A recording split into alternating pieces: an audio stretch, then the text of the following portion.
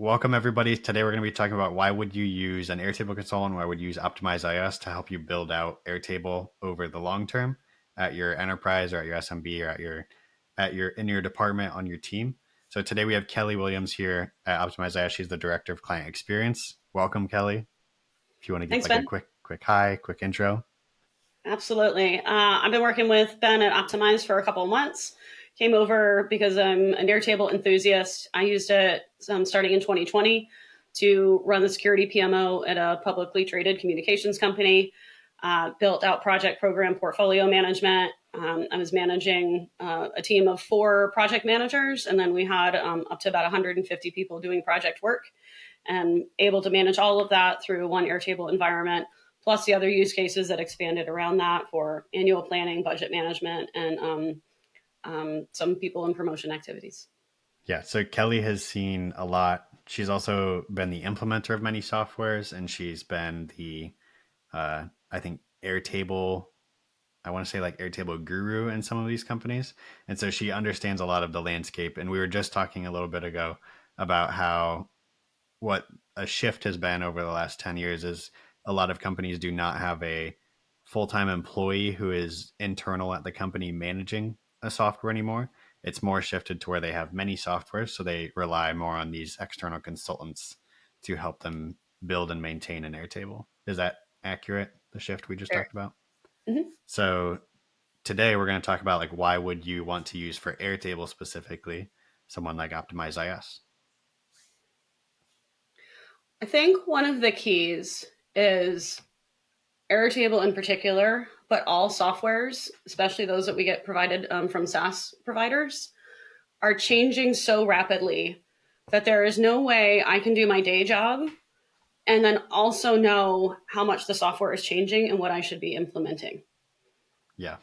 Yeah, that's a great point. I did not think of that, but that reminds me. I was just talking yesterday how if I look at like it's 2024 when we're recording this, if I look at the things I built 4 years ago, I don't think there were any automations or interfaces 4 years ago, and that's like now 2/3 of Airtable.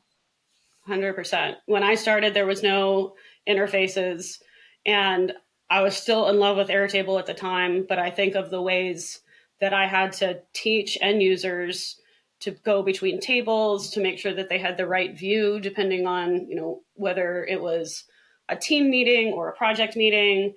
And now, with interfaces, it just comes through, and you can actually manage it from a workflow instead of just thinking about like data input. But what we've seen sometimes is, customers get in and they get very excited and they just start building and they stay in that data layer.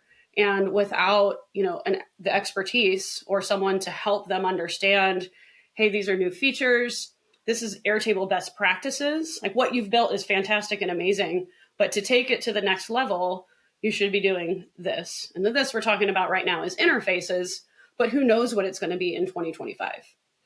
Yeah, yeah, yeah. I think keeping up with like the latest features is definitely one thing. I guess if I look at a lot of times people will come to us and it's perfect. Airtable is great for this, but they start with their team and they get to a certain they get to like the end of their level of expertise is how I would maybe say it. They get so as far as they can, and then they decide, which is I think a great point to come to a consultant and say, I tried to build this. There's these few things not working.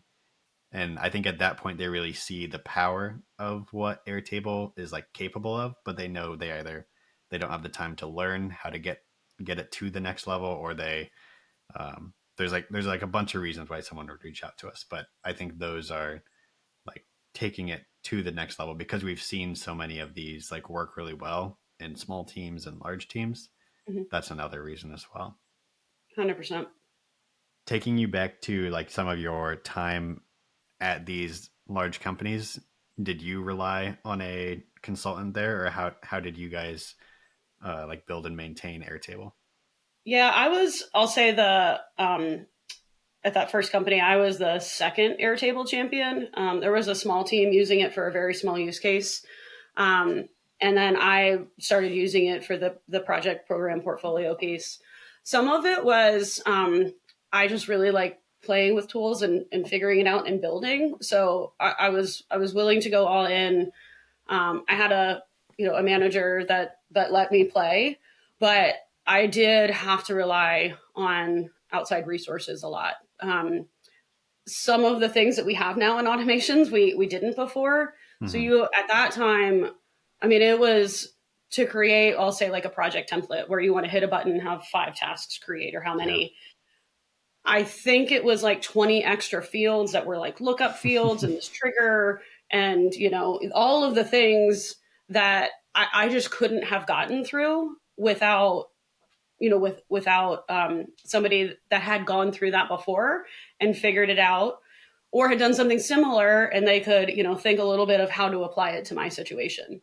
So I would probably still be trying to build that or just have been copying pasting back in 2020 if I Yeah. hadn't had someone to help me get just past that little bridge.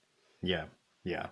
I that gave me like this weird throwback back in the day when we had to use Zapier for all the automations.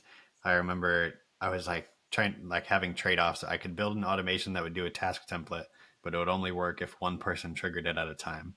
Then I was like, okay, how do I get it so where two people can trigger it at the same time and it's going to work for both of them? Right. Because now you can do that easily with Airtable, just Mhm. the internal automations. But yeah, that was a challenge a few years ago. So I think the one of the most common like things we've seen like a huge surge in over the last, well, I'd say over the last like year and a half specifically, has been like not only just building, doing an implementation of Airtable, but talking about the managed services or like support long term. So if you're interested in learning what that looks like, click the video here in the end screen. Like I said in the last video, it's either like on that side of me or on that side of me in between Kelly and I. Click on the video and you can go watch how would you use Airtable ongoing support, and what are some ways that we see it being used currently.